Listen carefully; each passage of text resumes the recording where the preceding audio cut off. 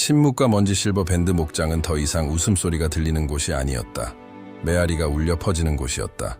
예전처럼 활기차게 달리지 않는 말발굽 소리, 저녁 식사에 돌아오지 않을 아버지의 깊고 부드러운 목소리.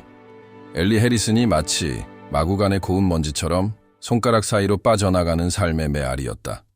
늦어름의 공기는 묵은 건초, 냄새와 다져진 땅에서 바람이 끊임없이 휘몰아치는 먼지 냄새로 무겁게 느껴졌다. 그 먼지는 모든 것을 황량함으로 뒤덮는 듯했다. 현관에 헐거운 판자 하나하나, 철문의 삐걱거리는 소리 하나하나는 부패의 교향곡 속 음표였다. 엘리는 현관 계단에 앉아 있었다. 아버지가 신발끈 묶는 법을 가르쳐 주었던 바로 그 계단이었다. 손에는 차가운 커피 한 잔을 든 채였다. 손톱에 묻은 매니큐어는 벗겨져 있었는데 이는 밤낮으로 그녀를 괴롭히는 육체 노동의 흔적이었다. 그녀는 지평선을 바라보았다. 완만한 언덕들이 창백하고 무심한 푸른 하늘과 맞닿아 있었다. 한때 아버지의 자랑이자 해리슨 가문의 심장부였던 목장은 이 재짐이 되었다.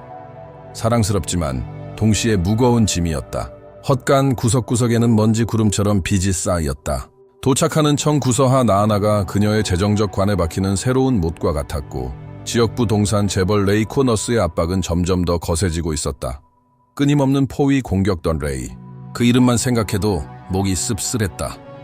그는 이 땅을 집이 아니라 나뉘어져 있고 일반 이 름을 가진 고급 콘도미니엄이 있는 곳그 땅의 역사와는 아무 상관이 없었다. 그는 잠재력과 발전에 대해 이야기했지만 작고 차가운 그의 눈은 숫자만 볼 뿐이었다. 그의 방문은 언제나 방해가 되었다.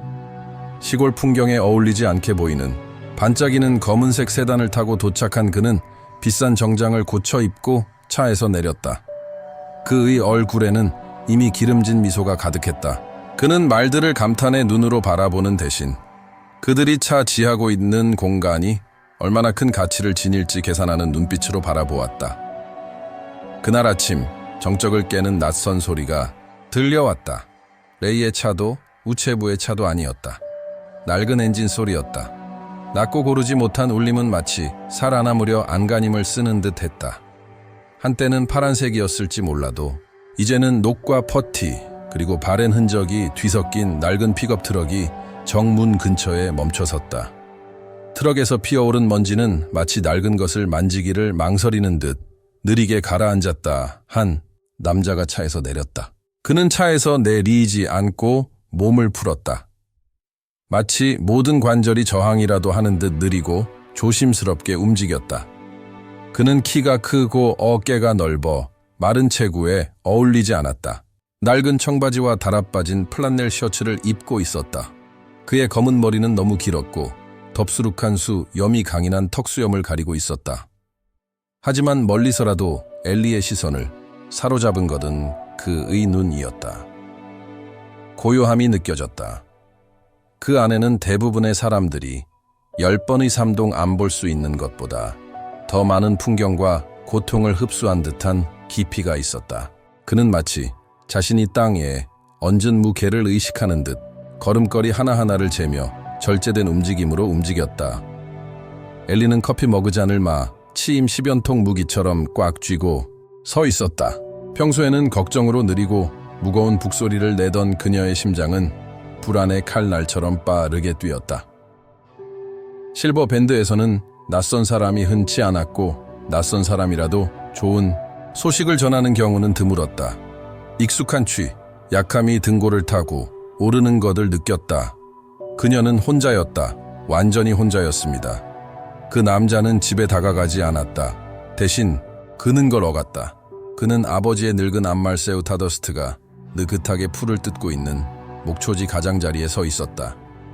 그는 울타리에 거친 나무에 손을 얹고 그저 바라보고 있었다. 그의 자세에는 위협적인 기색이 전혀 없었다. 그저 말없는 교감과도 같았다.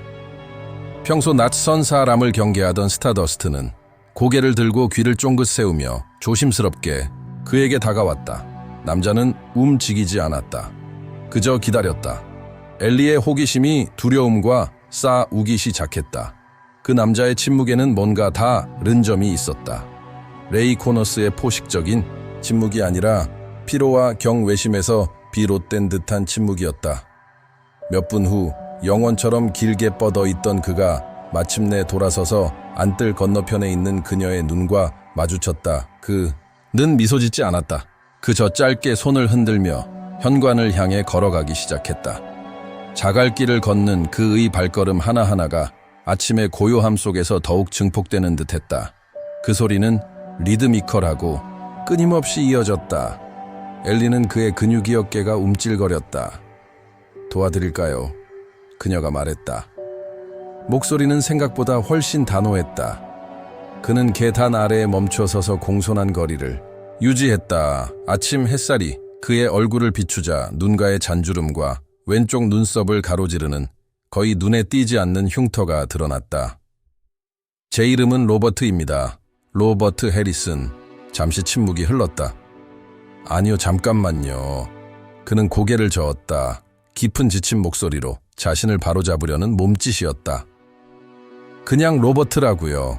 성은 더 이상 저한테 안 맞아요. 그의 목소리는 낮고 쉰 목소리였다. 마치 자주 쓰지 않는 듯했다. 마을 게시판에 당신네 광고를 봤어요. 도움이 구합니다. 광고가 몇 주 전에 나갔거든요. 직 공석일 거라고 생각했어요. 엘리는 얼굴을 찌푸렸다. 광고였다. 한 달도 더 전에 절박한 마음에 내걸었던 광고였다. 종이는 누렇게 변색되고 가장자리가 찢어진 게 분명했다. 아무도 답장을 보내지 않았다. 그 지역 사람들은 실버 밴드의 공영을 알고 있었다. 아무도 가라앉는 배에 오르고 싶어 하지 않았다. 저는 뭐든 좀 알아요. 그는 마치 그녀의 망설임을 읽은 듯 말을 이었다. 울타리, 배관, 저는 열심히 일하는 사람이에요. 저는 말이 많지 않고 문제를 일으키지도 않아요. 그녀는 그를 유심히 살폈고 머릿속으로 위험을 계산했다. 완전히 낯선 사람, 유령 같은 분위기에 수많은 이야기를 품은 눈을 가진 남자를 고용하는 건 미친 짓이었다. 한편 헛간 지붕은 비가 올 때마다 물이 새고 상태가 악화되고 있었고 쪽 목초지의 울타리는 무너져 내리고 있었으며 남은 몇 마리의 말들을 제대로 돌볼 시간조차 거의 없었다. 그녀에게 필요한 것은 벌어진 상처였고 이 남자는 신비롭기는 했지만 그럴듯한 붕대처럼 보이지는 않았다. 급여는 별로 없어요. 그녀는 그를 시험하며 말했다. 많이 필요 없어요. 그가 그녀의 시선을 바라보며 대답했다. 잠잘 곳과 먹을 것 정도만 있으면 돼요. 그리고 일거리가 필요해요. 일이 필요해요. 그의 마지막 말에는 박함이 묻어났다. 돈 이상의 욕구였다. 마치 목적의식, 육체적 피로로 머릿속에 떠오르는 모든 것을 잠재우고 싶은 욕구처럼 느껴졌다. 엘리는 깨달음의 아픔을 느꼈다. 또한 그녀는 고통을 겪지 않기 위해 일에 몰두하고 싶은 욕망도 앓고 있었다. 그녀는 마구간 뒤쪽에 작은 침대가 있어요라고 말하며 결정을 내렸습니다. 그의 더 나은 판단에 반하는 모양새다. 별로는 니지만 건조해. 일은 힘들어요. 해가 뜨는 순간부터 해가 지는 순간까지요. 그의 눈에 안도의 한 줄기 빛이 스쳐 지나갔지만 그녀는 너무 빨리 놓칠 뻔했다. 그걸로 됐어요. 지금부터 시작하세요. 그녀는 부지 서쪽과 장자리에 있는 무너져가는 울타리를 가리키며 말했다. 저 울타리는 해가 지기 전에 고쳐야 해요. 요태들이 많이 나왔거든요. 그는 그저 고개를 끄덕였다. 도구는 어디 있지? 엘리는 그를 공구 창고로 이끌었다. 금속, 기름, 그리고 오래된 나무 냄새가 온몸을 감쌌다. 엘리는 그가 망치, 펜치, 그리고 못 한 통을 고르는 모습을 지켜보았다. 굿 은살이 박히고 흉터투성이었지만 그의 손은 자신감 넘치고 익숙한 듯 움직였다. 그는 헛된 움직임을 하지 않았다. 그에게서는 위안과 동시에 위압감을 주는 은은한 유능함이 느껴졌다. 그가 서쪽 울타리를 향해 걸어가자 아침 햇살에 그의 실루엣이 드리워졌다. 엘리는 현관으로 다시 걸음을 옮겼다. 하지만 그녀는 조금도 약해진 기분을 느끼지 못했다. 오히려 새로운 불확실성이 자리 잡았다. 그녀는 방금 수수께끼 같은 남자를 집으로 초대했다. 마치 그녀가 이해할 수 없는 언어로 쓰인 닫힌 책과 같은 남자. 그녀는 그가 일터로 가는 모습을 지켜보았다. 나 무에 부딪히는 리드미컬한 망치, 소리가 숨막히는 침묵을 대신했다. 실버 밴드가 오랜만에 들은 진전의 소리였다. 그리고 그를 바라보는 동안 그와 함께 죽었다고 생각했던 자신의 작고 완고한 부분이 자라기 시작했다. 그녀의 아버지는 그녀가 감히 이름 붙일 수 없는 무언가에 불꽃을 느꼈다. 바로 희망이었다. 연약하고 무서운 희망이었다. 다리의 느린 건설 며칠은 몇 주로 이어졌고 달력이 아닌 로버트의 꾸준한 작업 리듬으로 표시되었다. 그는 조용하고 지치지 않는 존재였다. 해가 뜨기 전에 잠에서 깼고 자갈 위에 놓인 엘리의 새 알람 시계 위로 그의 발소리가 부드럽게 울려 퍼졌다. 그녀가 커피를 들고 현관으로 나왔을 때 그는 이미 어떤 일을 하고 있었다. 홈통을 고치고 물통을 청소하고 대문을 보강하는 일이었다. 그는 그녀가 뒤쪽 주방에 놓아둔 음식을 먹었고 싱크대의 접시와 은식기를 항상 깨끗하게 비워두었다. 그들의 대화는 거의 없었고 현재 진행 중인 작업에 대한 필요한 정보를 주고받는 정도였다. 북쪽 우물의 물펌프가 고장났습니다. 배에 어린기 마모된 것 같습니다. 베이, 암말스톰이 왼쪽 앞다리를 절뚝거리고 있어요. 농양인 것 같아요. 철조망이 더 필요해요. 재고가 없어요. 엘리는 그를 지켜보고 있었다. 그가 말들에게 말하는 방식, 낮고 차분한 목소리, 마치 말들을 즉시 진정시키는 듯한 속삭임을 지켜보았다. 그가 정밀하게 손을 움직이는 모습을 지켜보았다. 엔진을 고치는 모습, 낡은 밧줄의 매듭을 푸는 인내심.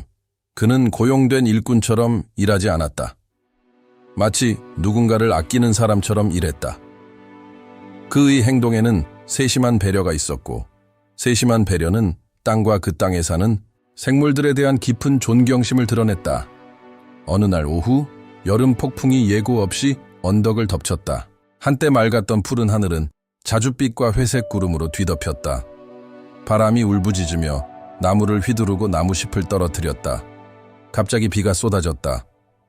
얼음장 같은 빗줄기가 마당을 진흙바다로 만들었다. 엘리는 쿵쾅거리는 소리에 심장이 쿵쾅거리며 집 창문을 닫으려 달려갔다. 천둥. 그때 그녀는 헛간 지붕이 생각났다. 새는 소리. 그녀가 몇 달 동안 고치는 것을 미뤄왔던 바로 그것입니다. 그녀는 비옷을 입고 밖으로 달려나갔다. 비가 그녀를 덮쳤다. 힘차게 몇 초 만에 그녀를 적셨습니다. 그녀가 헛간에 도착했을 때 그녀는 보았습니다. 로버트는 이미 미끄러운지 붕 위에 서서 바람을 맞으며 구멍 위에 방수포를 씌우려 안간힘을 쓰고 있었다. 바람이 방수포를 휘둘러 그의 손에서 뜯어낼 듯 했다. 그는 완전히 노출된 채 하늘의 맹렬한 공격에 맞서는 유일한 표적이 되었다. 거기서 내려와. 너무 위험해. 그녀는 소리쳤고 그녀의 목소리는 거의 들리지 않았습니다. 폭풍의 소음. 그는 그녀를 무시하고 눈앞의 일에만 집중했다. 마지막 한 번의 노력으로 방수포의 마지막 모서리를 고정했다. 그러고 나서야 나무, 사다리를 조심스럽게 내려가기 시작했다. 발이 진흙탕에 닿았을 때쯤 엘리는 추위 때문인지 아드레날린 때문인지 알 수 없었다. 머리카락과 옷의 서물이 뚝뚝 떨어지며 발밑에 웅덩이가 생겼다. 미쳤어? 그녀가 말했다. 걱정은 분노로 바뀌었다. 너 죽을 뻔했어. 그는 어둡고 강렬한 눈빛으로 그녀를 빤히 쳐다보았다. 건초가 상했을 거야. 그는 쉰 목소리로 말했다. 그 건초를 잃어버릴 여유가 없잖아. 그 순간 엘리의 마음속에서 무언가가 깨졌다. 강인한 겉모습, 치밀하게 쌓아 올린 불신, 그 모든 것이 무너졌다. 그는 단순히 일을 하는 게 아니었다. 목장을 지키고 있었다. 그녀를 보호하고 있었다. 처음으로 그녀는 수수께끼 같은 낯선 사람 너머를 무언가를 위해 싸우는 것이 어떤 것인지 이해하는 남자를 보았다. 들어오세요. 그녀가 더 부드러운 목소리로 말했다. 커피 좀 끓여 드릴게요. 몸을 풀어야 해요. 부엌 안에서는 나무 난로의 따스함과 간 내린 커피 향이 바깥의 폭풍우가 여전히 거세게 몰아치는 가운데 작은 평화의 거품을 만들어냈다. 그녀는 그에게 수건과 김이 모락모락 나는 머그잔을 건넸다. 그녀를 아는 그의 손이 살짝 떨렸다. 그들은 한동안 말없이 앉아 지붕을 두드리는 빗소리의 귀를 기울였다. 로버트, 왜 여기 왔어? 그녀가 마침내 물었고 그 질문은 그들 사이의 공중에 떠돌았다. 그는 대답하는 데 시간이 좀 걸렸고 그의 시선은 어둠 속 깊은 곳에 잠겨 있었다. 커피 한 잔. 저는 길을 잃었어요. 그가 낮은 목소리로 말했다. 아마 지금도 그렇겠죠. 대부분 그렇죠. 저는 자랑스럽지 않은 일들을 저질렀어요. 그리고 그 일 때문에 사랑하는 사람들을 잃었죠. 저는 군인이었어요. 오랫동안. 돌아왔을 때 세상은 더 이상 말이 안 되는 것 같았어. 어디에도 어울리지 않았지. 마치 유령이 된 것 같았어. 사람들이 날 꿰뚫어 보는 것 같았어. 그는 말을 멈추고 침을 꿀꺽 삼켰다. 몇 년 동안 정처 없이 떠돌아다녔어. 이 직장에서 저 직장으로. 하지만 여기 이곳은 진짜처럼 느껴져. 일이 진짜고 하루 일과를 마치고 나면 근육통이 진짜처럼 느껴져. 덕분에 너 많은 생각을 하지 않아도 돼. 엘리는 그의 목소리에 담긴 날카롭고 고통스러운 감정에 귀 기울였다. 그녀는 자신의 삶에서 유령이 된다는 것이 어떤 것인지 이해했다. 버지가 돌아가신 후 그녀도 그렇게 느꼈다. 저도 가끔 여기서 길을 잃은 기분이 들어요. 그녀는 속삭임보다 약간 낮은 목소리로 고백했다. 이곳은 아버지의 꿈이었어요. 이제는 제 어깨에 아버지의 무게가 실린 것처럼 느껴져요. 그 고백은 두 사람 사이에 위태로운 다리를 만들어냈다. 그날 오후 부엌의 안전함 속에서 바깥의 폭풍이 잦아들자 그들은 더 이상 주인과 하인이 아니었다. 그들은 서로에게서 뜻밖의 안식처를 찾은 지친 두 영혼이었다. 로버트의 존재로 목장과 엘리는 변화하기 시작했습니다.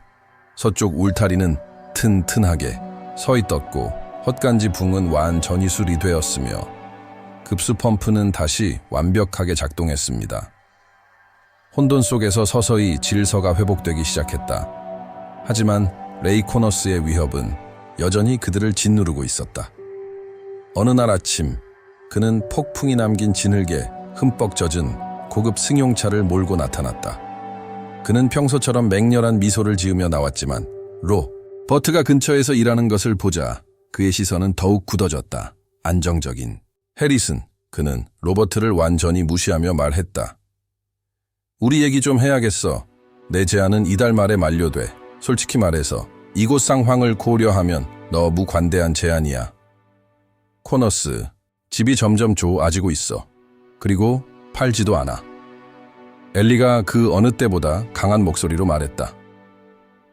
로버트의 말없는 존재감이 엘리에게 느껴졌고 그것은 엘리에게 존재조차 몰랐던 힘을 주었다. 사로잡혔다. 코너스는 불쾌한 목소리로 유뒀다. 바보 같은 소리 하지 마. 넌 빚더미에 짓눌려 허덕이고 있어. 공적 기록을 확인해봤어. 담보대출이 연체됐어. 은행이 영원히 기다려주지는 않을 거야. 그는 로버트에게로 돌아섰고 그의 눈에는 경멸이 어렸다. 이 사람은 누구지? 새 남자친구? 길에서 만난 놈? 그 놈은 널 구해주지 않을 거야, 얘야. 엘리가 대답하기도 전에 로버트가 앞으로 나섰다. 아무 말도 하지 않았다. 그는 그저껏 기서 있었고 그의 큰 키와 고요함은 넘을 수 없는 장벽을 만들어냈다. 그의 시선은 차갑고 흔들림 없었다. 그의 자세에는 폭력의 위협이 담겨있지 않았지만 오히려 그는 어디에도 가지 않을 것이다. 위협하고 제압하는데 익숙한 코너스는 잠시 머뭇거렸다. 그는 로버트에서 엘리로 그리고 다시 로버트를 번갈아 바라보았다. 그의 얼굴에 떠오른 미소는 사라졌다. 후회하게 될 거야, 해리슨. 그는 낮게 속삭이고는 돌아서서 차로 돌아가며 문을 쾅 닫았다. 코너스의 엔진 소리가 사라지자 엘리는 자신도 모르게 참고 있던 숨을 내쉬었다. 그리고 로버트에게 돌아섰다. 고마워요. 그녀가 말했다. 그는 그저 고개를 끄덕였고 눈빛이 조금 부드러워졌다. 그는 포기하지 않을 거야. 그가 말했다. 알아요. 그녀가 대답했다. 하지만 이제 안 할 거예요. 그 대결이 전환점이었습니다. 전투는 더 이상 단순한 것이 아니었습니다. 엘리의 것이었고 그들의 것이었습니다. 그들은 나란히 일했고 말없이 서로를 이해하며 성장했습니다. 목장뿐 아니라 서로에게 있는 고장을고 치기도 했습니다.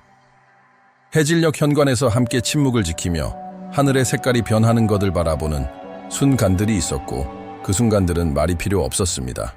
말이 우스꽝스러운 행동을 할 때 면드 물고도 소중한 웃음소리가 터져 나왔습니다.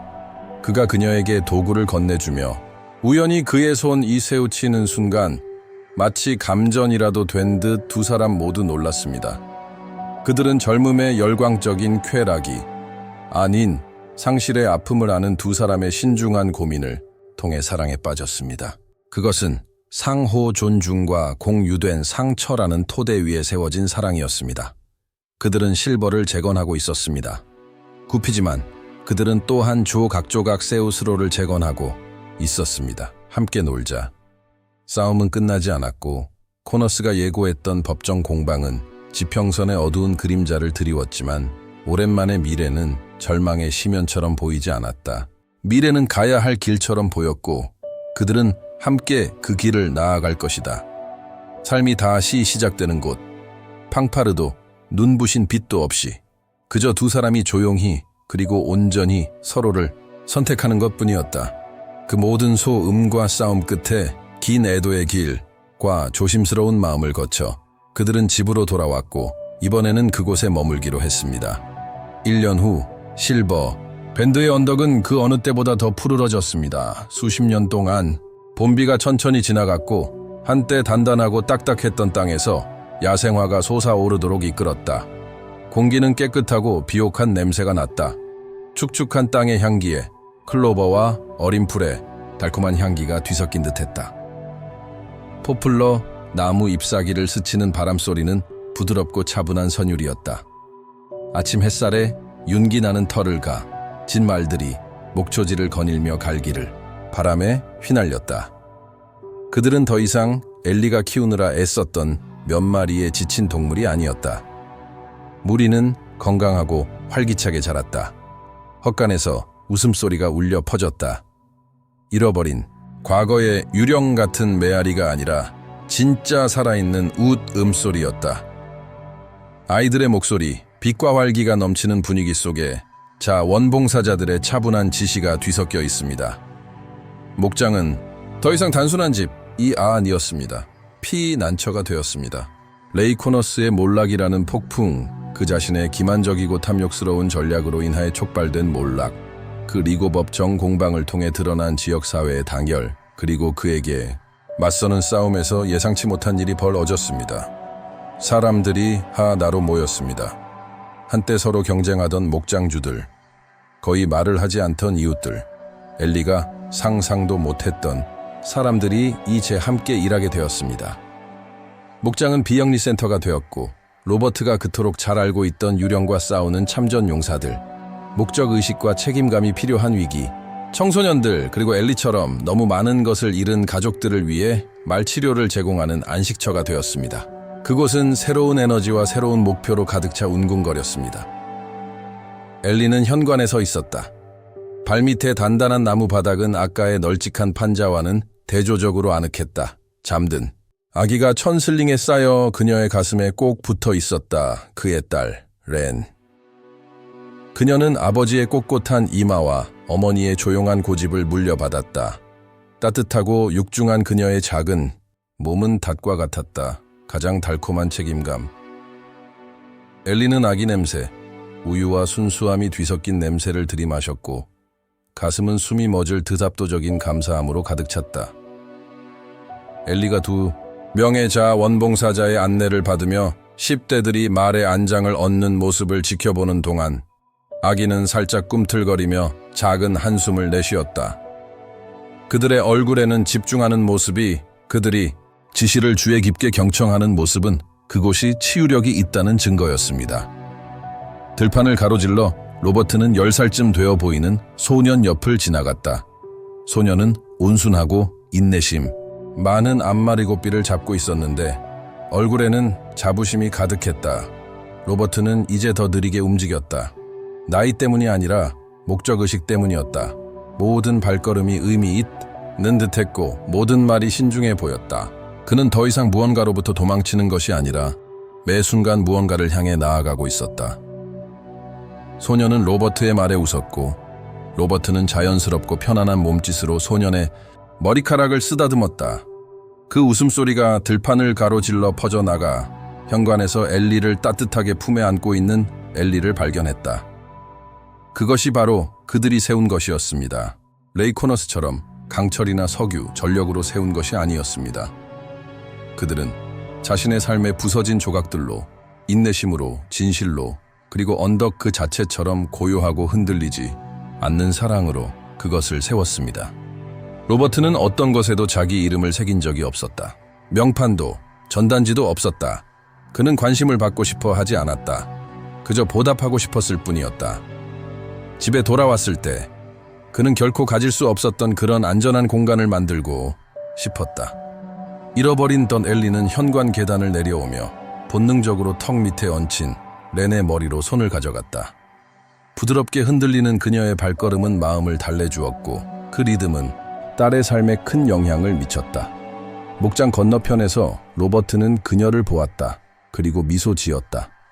그 고요하고 편안한 미소는 여전히 그녀를 매번 무장해제시켰다. 그 미소는 그의 입술에 닿을 뿐만 아니라 눈으로도 스며들어 한때 그의 얼굴에 영원히 새겨져 있던 걱정과 피로의 주름을 부드럽게 했다. 얼굴. 안녕하세요, 해리슨 부인. 그가 불렀다. 그의 목소리에는 침바람까지 실려 있었다. 공식적인 직함에는 그녀의 새 이름과 그들의 새로운 장을 떠올리게 하는 은은한 농담이 섞여 있었다. 아침 식사에 늦으셨네요, 해리슨 씨. 그녀는 마음이 가벼워진 채로 대답했다. 그는 그녀를 반쯤 만났고 가죽과 건초, 그리고 깨끗한 흙 냄새가 그를 감쌌다. 그는 부드럽고 경건한 몸짓으로 그녀의 이마에 입을 맞춘 후 잠든 아기를 내려다보았다. 기절했어. 그가 속삭였고 그의 따뜻한 숨결이 렌의 뺨을 간지럽혔다. 마치 하루 종일 관계를 회복한 아버지처럼요. 로버트는 낮고 기분 좋은 목소리로 웃었다. 괜찮아. 그들은 나란히 걸었다. 황금빛 아침 햇살의 따스함이 주변 땅을 따뜻하게 감싸 안았다. 세상이 완전히 새롭게 느껴졌다. 목장 입구 근처 바람의 간판이 부드럽게 삐걱거렸다. 엘리의 아버지가 수십 년 전 설치했던 원래 기둥 위에 새로 사포질을 하고 정성껏 칠한 간판이었다. 옛 르민 실버 밴드는 바뀌었다. 새 글자는 마치 영원함을 선언하듯 나무에 깊이 새겨져 있었다. 해리슨 리치, 삶이 다시 시작되는 곳. 로버트는 멈춰서서 표지판을 바라보며 만족스럽고 느린 한숨을 내쉬었다. 그 이름은 엘리의 아이디어였다. 그녀의 아버지와 로버트가 기꺼이 받아들이려 했지만 이 죄는 조용히 자랑스럽게 여기는 성에 대한 헌사였다. 아버지께서 좋아하실 것 같아요? 그는 부드러운 목소리로 물었다. 엘리는 목구멍에 덩어리가 지는 것을 느꼈지만 슬픔이 아니라 행복의 덩어리였다. 그녀는 아버지를, 이 땅을 향한 아버지의 사랑을, 그리고 이 땅이 번영하는 모습을 보고 싶어 했던 그의 열망을 떠올렸다. 아버지는 당신을 좋아하셨을 거예요. 그녀는 감정이 북받친 목소리로 말했다. 로버트의 눈빛이 부드러워졌고 말로 표현할 수 없는 감정의 바다가 그 사이로 새우며들었다. 이런 일 을당할 만큼 오랜 시간이 걸렸어. 그녀는 한 손을 뻗어 그의 손가락 사이로 손가락을 넣었다. 그의 피부는 거칠고 굳은 살이 박혀 있었지만 그의 손길은 부드러웠다. 그 순간 당신은 그럴 자격이 있었어. 그들은 한동안 그곳에 서 있었다. 딸아이는 그들 사이에 꼭 붙어 따뜻하게 안겨 있었고 목장은 그들 주변의 소리와 생기로 가득 차 있었다. 야생화 속 벌들의 윙윙거리는 소리, 멀리서 들려오는 말의 울음소리, 아이들의 웃음소리, 간판의 삐걱거리는 소리. 그것은 그들의 새로운 삶의 교향곡이었다. 두 사람 모두 너무나 많은 것을 잃었습니다. 고통과 불확실성의 바다를 항해했습니다.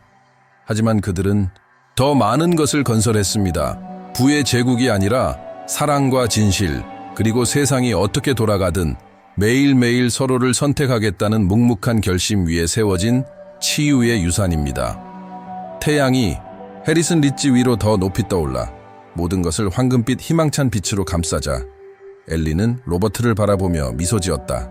타자. 그녀가 속삭였다. 그는 고개를 끄덕이며 눈을 반짝이며 말했다. 그리고 렌을 엄마의 가슴에 안전하게 안고 그들은 말 2마리의 안장을 얹었다. 동작은 익숙하고 조화로웠으며 그들이 잘 아는 춤이었다. 안장 가죽 냄새, 부드러운 금속 버클 소리, 말들의 차분한 콧김, 그리고 그들은 천천히 언덕길을 따라 올라갔다. 로버트가 몇 년 전 다시는 어디에도 속하지 못할 거라고 생각하며 혼자 땅을 바라보던 바로 그 산등성이를 향해. 그러나 이제 그는 정상에 도달했을 때 방랑자나 자신이었던 사람의 유령이 아닌 남편으로서 아래를 내려다보았습니다. 아버지는 그가 있어야 할 곳에서 정확히 살아난 사람이었습니다.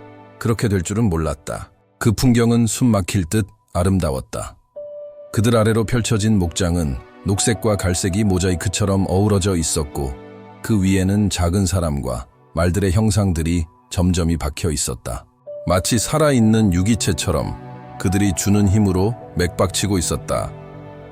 때로 가장 강력한 사랑 이야기는 웅장한 몸짓이나 완벽한 시작에서 태어나지 않고 깨진 조각들을 꾸준한 손과 조용한 마음으로 천천히 재건하는 데서 태어납니다. 로버트와 엘리는 단순히 서로를 찾은 것이 아닙니다. 그들은 치료법을 찾았습니다. 목적과 살 수 없는 오직 지을 수 있는 그런 집 말입니다. 사랑, 진정한 사랑은 당신이 누구였는가가 아니라 함께 누구가 될지 선택하는 것에 대해. 그리고 거기 해리슨 능선 꼭대기에서 그들의 딸이 그들 사이에서 평화롭게 잠들어 있는 가운데, 그리고 펼쳐지는 미래 그들 앞에 펼쳐진 풍경처럼 그들은 존재의 모든 섬유로 채워진 확신을 가지고 마침내 집에 도착했다는 것을 알았습니다.